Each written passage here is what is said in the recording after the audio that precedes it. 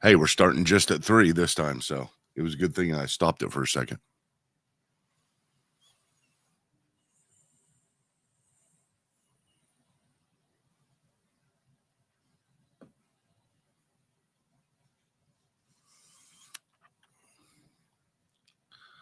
Hey, friends, welcome to Conversations with Tad. I'm Michael Patton, and this is I've titled this one "Really Stupid Questions" because that's what Tad titled it. So let me get Tad on, and let's go ahead and get started.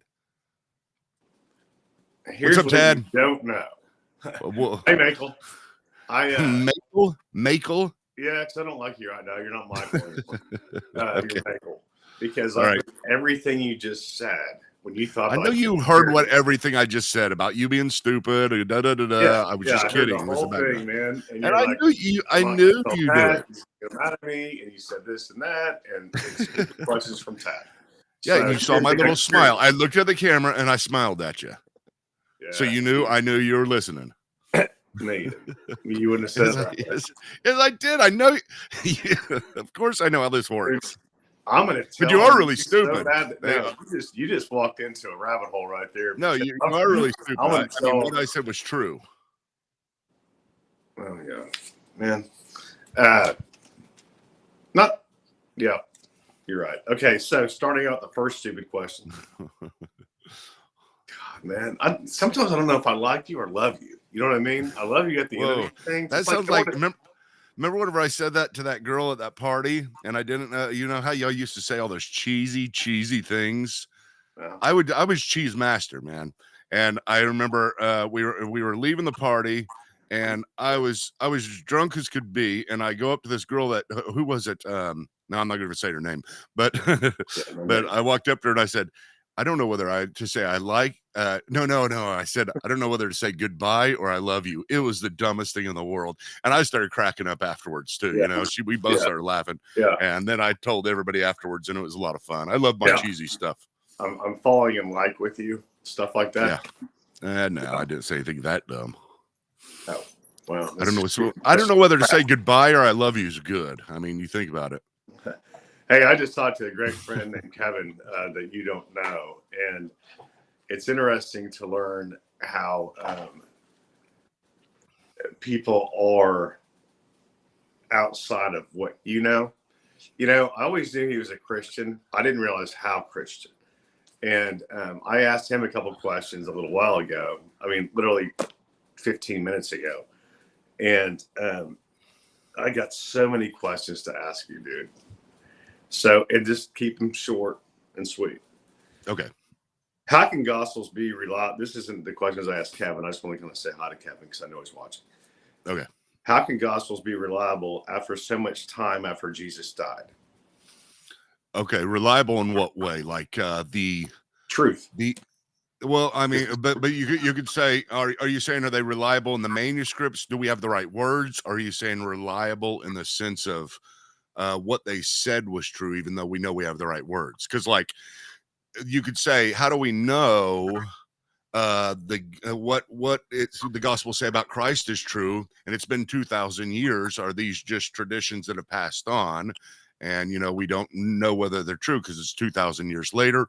Or you can look at it and say the Bible itself, because when do we get the Gospels? What are the earliest copies of the manuscripts of the Gospels we have? You see the difference? Yeah. Okay. That leads me to my second question, actually, which is why didn't they just journal instead of writing? And then Rhonda looked that up, and because they didn't really know how to write back then. So then it goes just like word of mouth, you know, so everything's secondhand at that point. And it's a little, do you get where I'm going with this, please? Maybe. I mean, I'm still stuck on the first part. So because like, let's put the scenario down. Paul was good at writing. Okay. So he could write. There was no reason for him not to write. That's why he has 15 different letters. There's more than 15 letters, actually, because in the Corinthians, he already told the Corinthians that we have, he said he's already written them one letter, and then he wrote a letter in between 1st and 2nd Corinthians. So actually there's 9. There's 4. No, there's 15 letters that he wrote to different churches. All right. There's 4 letters to the Corinthians, but we only have 2 of them. 2 of them, there's only 2 of them that made it into the Bible. So Paul wrote a whole lot. He was a good writer, but you may say, why didn't they write more often? I mean, Paul wrote quite a bit, so it was an off thing. That's all he did was right. Yeah. Not everybody could read necessarily, but they would hand it off to a church, and the church would read it to everybody. There'd be a gathering, and that's why in some of the Old New Testament you'll see, you'll see the words, make sure you read this to everybody. Okay. Keep attention to the reading of scripture in public. That's another thing they'll say, because most people couldn't read. Okay, so if they can't read, they can't write. So that's why. Well, no. I'm saying but the apostles could write. John couldn't write that well. Okay. I mean, he wrote decently, but the apostles could. Peter used an amanuensis, which means a secretary. So he just dictated to somebody. So dictation was very common back then. But yes, you're right. It wasn't very common for everybody to be able to read and write like us today. But it was passed on through letters, lots of information. So, okay, well, that goes to the next question then. Why didn't they just journal instead of waiting for so long to write? That's a good question. Now, wait, how long do you think they wrote? They waited? Well, one was 40 years, one was 25 years, and one was like... Yeah, that's about right. Whenever you're talking about the Gospels, it was Jesus he died around, 30 to 35, somewhere around there, maybe 36, 37. But then the first Gospel doesn't come about until 1960s. Now, here's the thing you got to understand is that the apostles were around traveling, and they were teaching people everywhere. And then they would write letters to those churches after they left that church. Like they had established a church in Philippi. Paul would go over to Corinth, and then he would write to them at Philippi and say, hey, remember what I told you about this? And I hear you're having these troubles, that kind of stuff. That's why the letters read like they do, kind of troubleshooting individual churches. But the apostles had no idea. I know this is going to sound weird, but they didn't know when Christ was coming back. But they thought he was coming back very soon at first.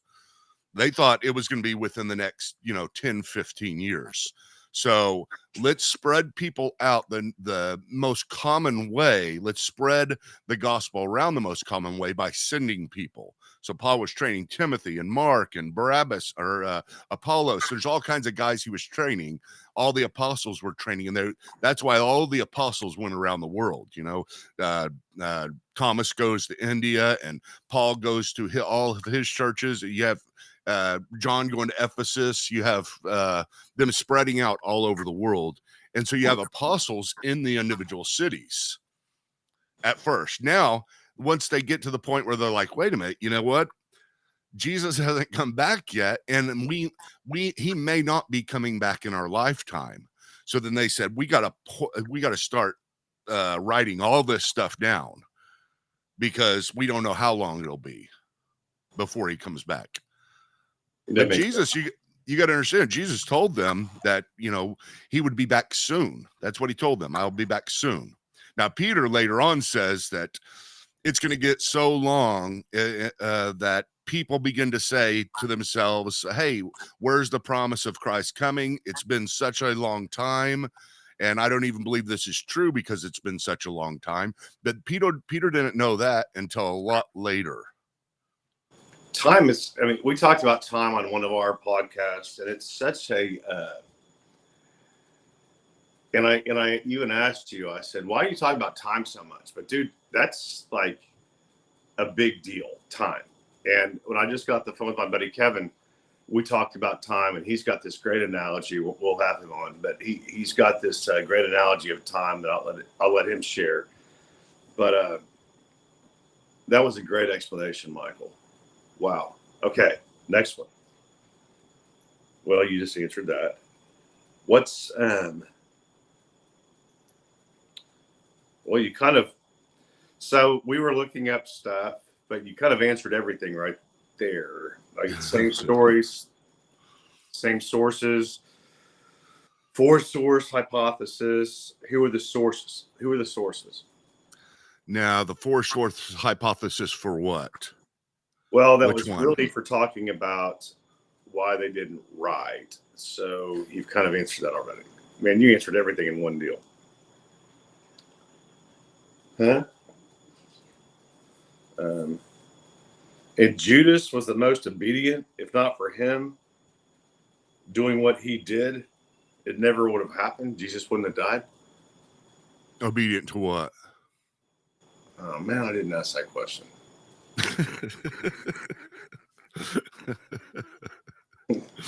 Well, let me explain to you. Briefly. I'm trying to keep these as short as I can so that you get in your questions.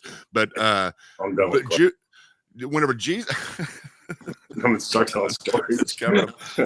Well, we can talk about these individual issues that you brought up more. I just tried to get it done as quick as possible. But just think whenever you've got the entire Old Testament, right?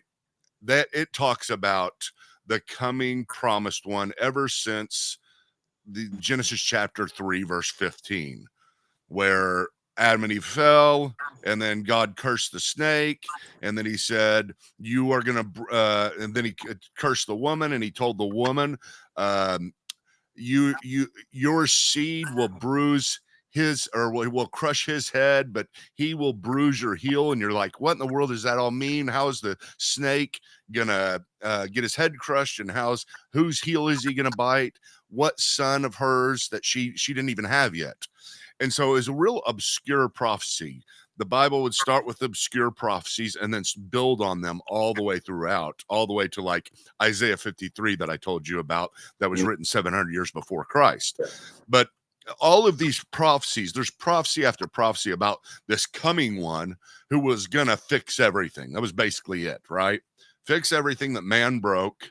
And Israel knew he was going to be a Israelite. He was going to be a son of Abraham. They knew he was going to be a son of David because David was promised in the promised line. They just didn't know anything much about him, but these two things. He was going to conquer. He was going to redeem. He was going to overthrow all of Israel's problems, and he was going to be a blessing to the earth. Whenever Jesus came, they didn't really understand the second aspect, which was the suffering aspect, because that's Isaiah 53. Isaiah 53 talks about the suffering Messiah. The term that is used for this throughout the Old Testament is the Christ, or the Messiah, which we call the Christ. Christ and Messiah mean the same one. It's the anointed one. So there was going to be an anointed one, someone set aside to redeem and fix everything that was broken, and he was going to be from Israel. Jesus came on the scene, and here's what they thought. Here he is. He's going to deliver us from Rome. He's going to deliver us from all of these nations, because he is. That's what it says in the Old Testament. He's going to deliver us from all of these nations and set up an eternal kingdom. That's what Isaiah talks about, an eternal kingdom in Israel. And so whenever the Messiah comes, that's what they expect. They didn't see the suffering aspect of Jesus. And so here's all the apostles at first. Hey, we found the Christ. We found the Messiah. We found the promised one. He's finally here. And Christ, of course, doesn't deny that, but they didn't understand, because he was born in Bethlehem, a city unknown. He was born in a stable where nobody of worth or value was born in a stable. That question. How big? Okay, well, you just answered it really, but Bethlehem. You know, we sing that song. We do, Christmas and stuff like that. It's always Bethlehem. Yeah. Is it like the size of Yukon, Oklahoma? I don't know the size of it. Huh? I don't know the size of it.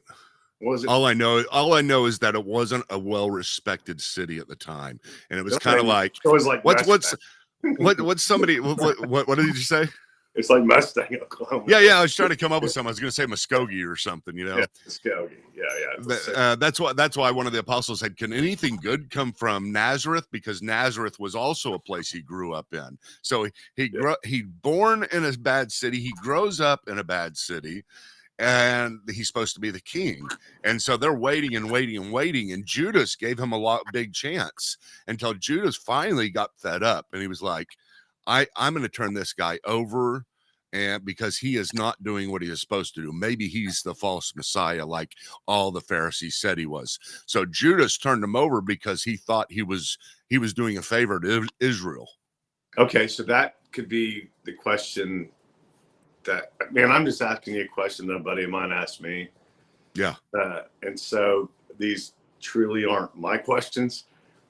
My question would be, does anybody know that you had a DUI that I picked you up from?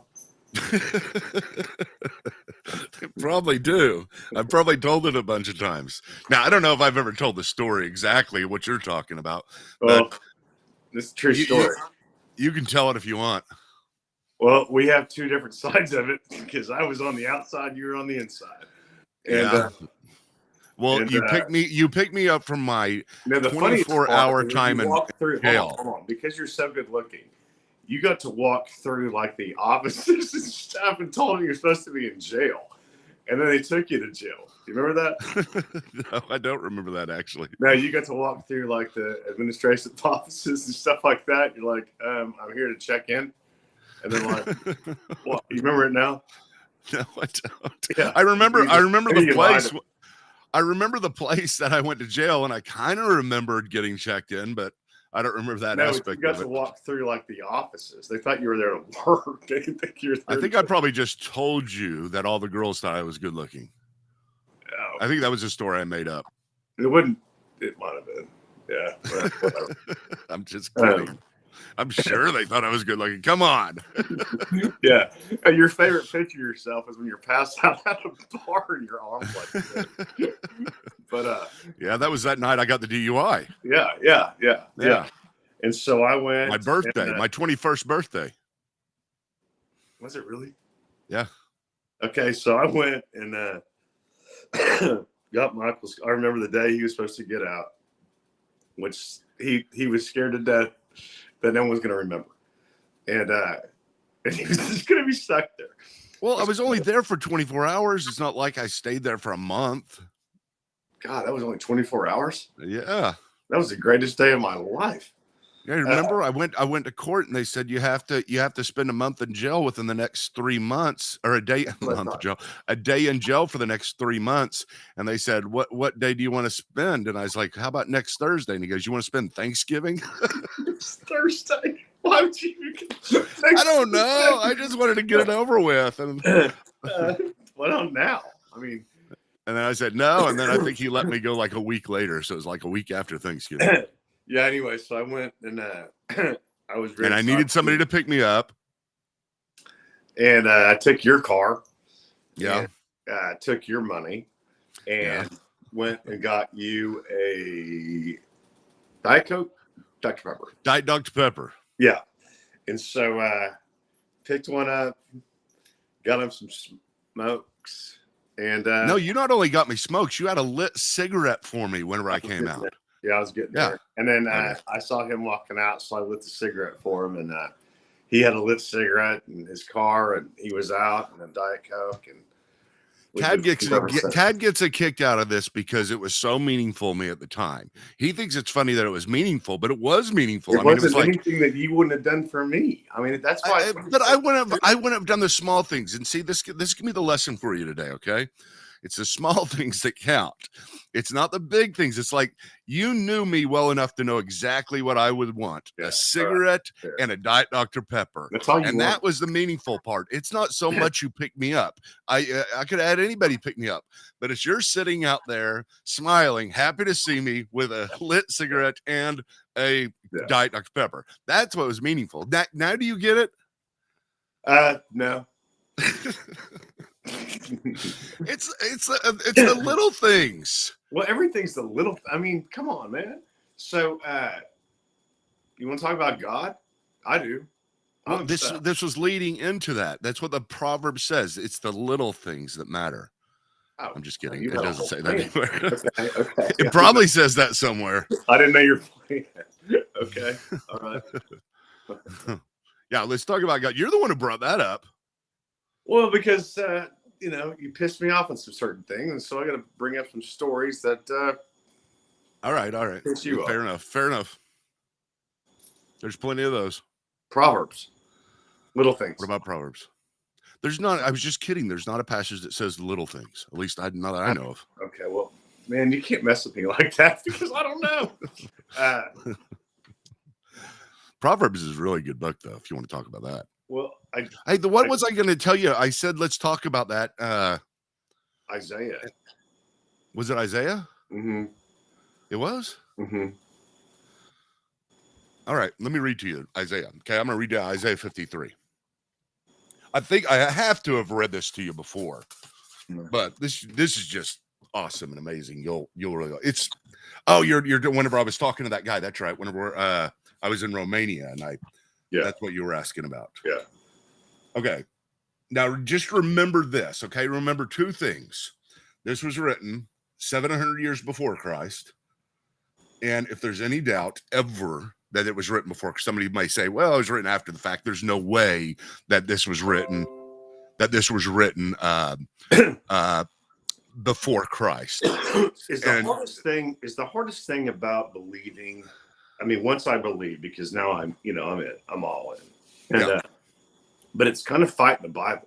I texted you that earlier. It's like, I'm trying to prove the Bible wrong. And it's like, there's no checks and balances, really.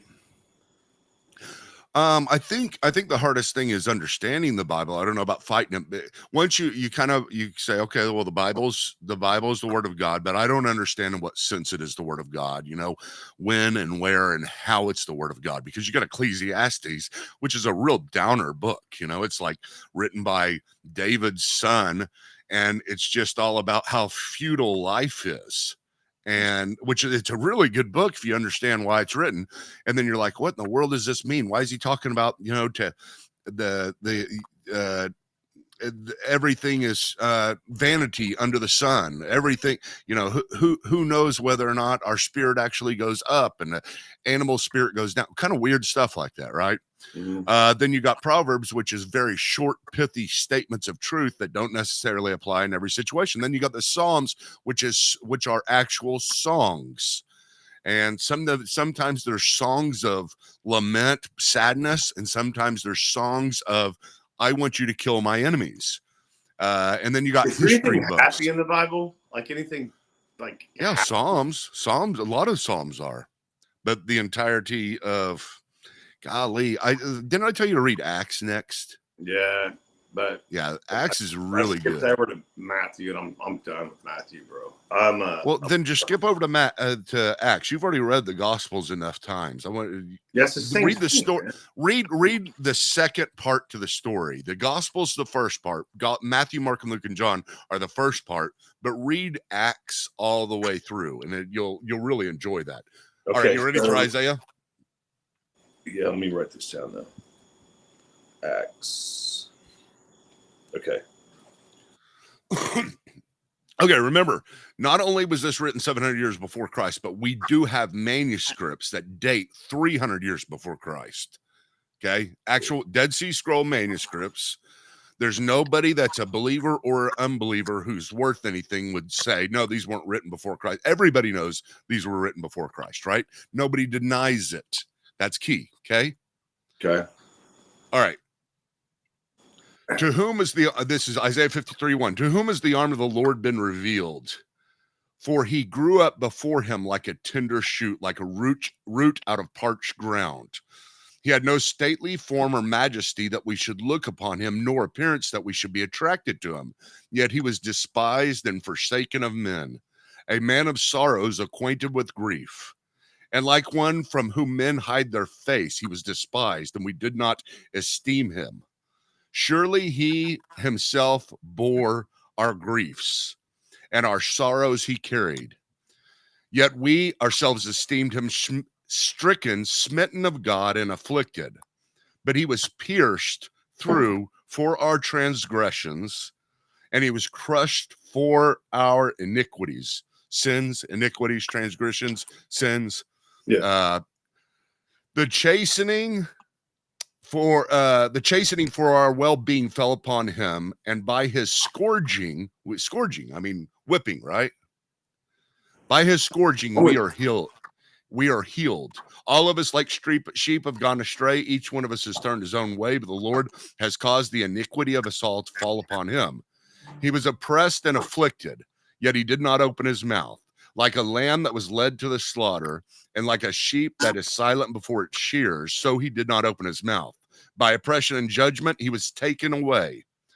And for his generation, who considered that he was cut off from the land of the living for the sins of my people, to whom the stroke was due. His grave was assigned with wicked men. Jesus hanging on the cross next to the two the robbers and murderers. Yet he was real quick. What didn't they say something? I gotta watch The Passion again. What they say to him? Did they know he was Jesus when they were hanging on the cross next to him? No. Well, they just said, if you are who you. At first, they both started cursing him, and they both said, if you are who you say you are, get yourself off the cross. But then, after he went through everything he went through on the cross, and one of them saw it, they turned to him and said, "Hey, remember me when you come into your kingdom." So one ended up believing. And he said, "Today you will be with me in paradise." But that was just everything that I just said was written before Christ, but about Christ. 300 years or 700? 700. 700 years before Christ. Yeah. I mean, that's like caveman shit. No. I mean, not from a biblical standpoint, because you got 700 years before Christ is whenever, King David was 1,000 years before Christ. Abraham was, 1,800 years before Christ. You have Moses that was, let's see here. He was 1,500 years before Christ, Moses, and then Abraham. Years before Christ. Abraham was 2,000 years before Christ. Who? Abraham. The start of the Jewish nation. Yeah. I'm so obsessed with these timelines right now. You have no idea. And well, then you have Isaiah, which you have Isaiah and the prophets, and they lasted until 400 years before Christ. And then there was a silent period for 400 years. It's called the intertestamental period between the Old Testament and the New Testament. So the Old Testament was finished being written about 400 years before Christ, and then we got the New Testament that starts obviously at year 0, or really a little bit later. 2,000 years before Christ, and God's still just hanging on. I mean, dude, he has no stopwatch or timer or clock. You know what I mean? I mean, because to him, it's like, it's just a minute, Well, that's what the Psalm says. To God, 1,000 years is like a day, and a day is like 1,000 years. Yeah. Oh, I like that. Peter says that as well. He quotes from it. But that's whenever Peter's talking about Peter a lot. I like Peter. Peter's kind of my fella. Peter's good. It's a good book. Anyway, all right. How long has it been? We gone? 28 minutes. I mean, wait a minute. I got so many more questions. Okay. Yeah. You have time? Like, wait a minute. I got a lot more answers. If we can expand on any of the other questions, I got to talk about that jail time a little bit more. No, I'm just kidding. You want to talk about that jail time? No, I don't. You were in a tent. Huh? Weren't you in a tent? No, that was Wayne in the tent. Wayne was there for a month. Remember, they were supposed to let him out, and they kept on this deal, dude. I was only in there for 24 hours, and I was in one box room. It was just pure concrete, and I didn't see anybody, didn't hear anybody. They just shut the door, and I just stared at the wall. Wayne was our buddy, W. Yeah, our buddy. He was there for a month. He was in there for a month? Yes, and he kept on. Remember, they were supposed to let him out a week before, and then they would be like, something happened. He had pneumonia, and something happened where he couldn't get out. They wouldn't let him out. I don't know. It's just crazy. He stayed in there 2 weeks longer than he was supposed to. I know. He was just sitting there in a tent in Phoenix, freezing with pneumonia. God, poor Wayne. I talked to him yesterday, and he, he's like you and Kelly and Rhonda and everybody else really. He's a big deal to me and Heather. or not me and Heather, but Wayne and Heather are big deals to me and their kids. And he saw me coming to God. And I don't, you never know who's watching this stuff, but it's really kind of amazing and exciting of who, and surprising of who contacts you talking about God, And I think a lot of people are just kind of, I don't know if they're quiet about it or they just didn't talk to me about it before because they knew I wasn't. Yeah. But you're talking to them all about it now. You're bringing it up, right? No. With all these different friends. What about your friend you talked to yesterday? No, he brought it up. Oh, well, that's good. I got a call from Billy or D this morning at 8:30, and I think he watched our thing, and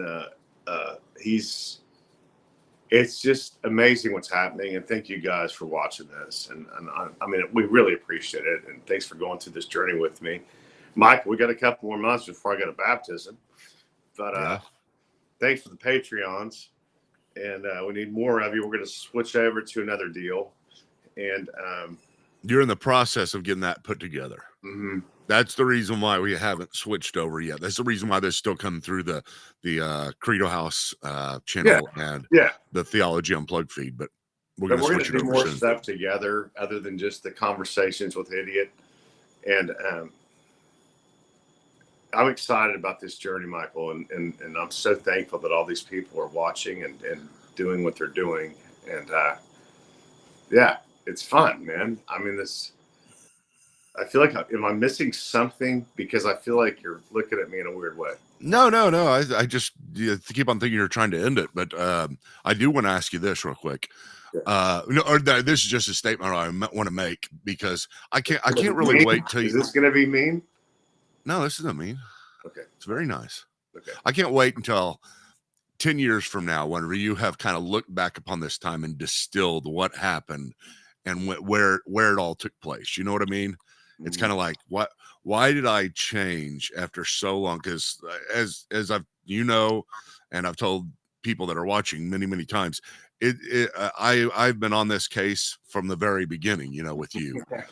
And you were so close for so long, and then all of a sudden, snap, something changed. And then really, I mean, like if whoever's been watching this, I've seen such a change in you since we talked that day. That's what Kelly says the same thing. He's like, but wait a minute, was that the day? Listen to this. This will be funny. I hope it was. I need to go back and watch it. But was that the day that you asked me to pray? You said, can we pray beforehand? Was that the day that happened? I don't remember. I mean, wouldn't that be kind of weird? I mean, seriously. Yeah. We should have prayed before this one. We should have prayed before this one. I'm not going to be that guy, man. I mean, well, you were sure willing to be that guy that day. Well, because I felt it. And I was proud of you. Nah, I'm not going to be that.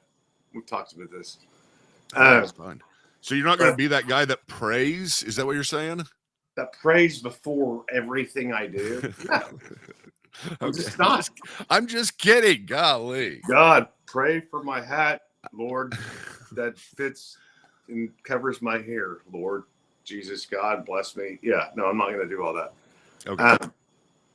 But I think, honestly, what helped change between that day back then and now is living with someone that believes in God and that grew up in a whole different way. Now, are you talking about Wayne? Is that it?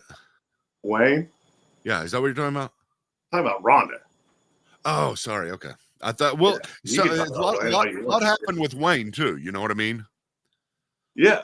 But yeah, because Heather's amazing. I mean, Heather's just a saint. But but being with Rhonda and how she grew up in this way, and we talked about this earlier this morning, was, as being taught how to think about God and this and that. We've kind of talked about this before briefly. But now as you're an adult and you and I are going through this and she's going through this with me, thank God, That's because I think that's what's brought me closer to God. Is you can look at it in a mature way and look at it a different way. You know, you kind of go through. Maybe I need to look at this my own way. Maybe I need to study my own way. And it's interesting because I think it makes you closer, because now you're just not told what to do. You're learning how to do it. Yeah. You know? Yeah. And I think myself from the outside looking in saying, what did God do? And where was the, because Tad, it really is interesting to me, because it's like, not just in general because it's Tad, or in general because I've been praying for it, but because it's like, how does God work? I know he works in all kinds of ways. I'm not saying he's limited to this, but you were beat up, you were kicked to the side of the road, you were in the gutter. But man, I had a great life before that. Let's talk about the good stuff. No. I'm just saying though, that's whenever you turn to God. I mean, it was like he gave you nowhere else to go, but it's not only that you turned at that point, and it's not only that you said, okay, God, I require you to do this, then I'll come to you, but you just began to bite on, and that's where the process really took hold. That's what I think, at least. I don't know. I mean, well, and it's almost like I needed somebody to yell out when I was by myself, and he was the only one there. Yeah. And the fact that I knew he was the only one there means I believed in him. What made you read the book of Job first? Have I asked you this? Because I did. Yeah, I did, didn't I? God, that was kind of weird. Okay, no, good. But I thought that was really mysterious. I'm like, why would he read the book of Job first? But I remember now. I did tell you that. Yeah. Okay, sorry. I was hanging out with Tate. Remember Yeah. Tate? Yeah. Yeah. And well, thanks for breaking my train of thought. You broke mine, man. You broke mine first. Yeah. Thank you for the Dr. Pepper and the cigarette. Thank you for God. Yeah. Good trade. Even. Yeah. We're even. Well, you helped me a lot since then, and I've helped you a lot. I mean, this is what friends do, you know, and I love doing this stuff, and I can't. Well, if you don't learn anything else today from this little discipleship time of conversations with Tad, just remember, it's the little things. Okay. That's from me, not from the proverb. Yeah, like the things. And from Bono, it's the little things that give you away. Oh, did you get that video I sent you? Which one? Yesterday, Elevation. You mean the one at the dome thing? Yeah. Well, you sent that to me like 3 or 4 days ago, and I've already sent it to like 75 people. Okay, all right. You don't know 75 people. I know, but I just all right, brother. I love you, Michael. 725 people. That's what I said. Yeah, it's a Wayne's joke. Yeah. Anyway, we'll talk about Wayne. All right, man. I'll see you. I love you, Michael. Love you too, bro. Bye.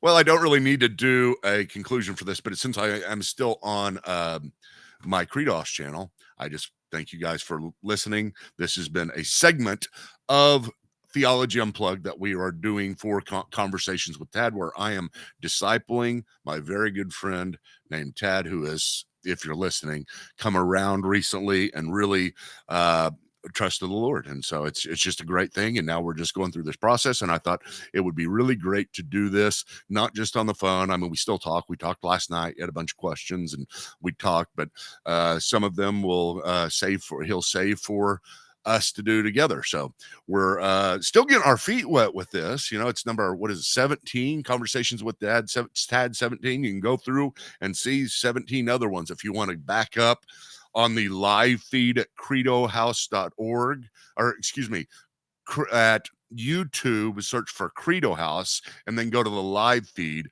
and you'll be able to see all the ones, just in case you can't find them somewhere. They're always there at the live. But thank you so much for joining us, and we will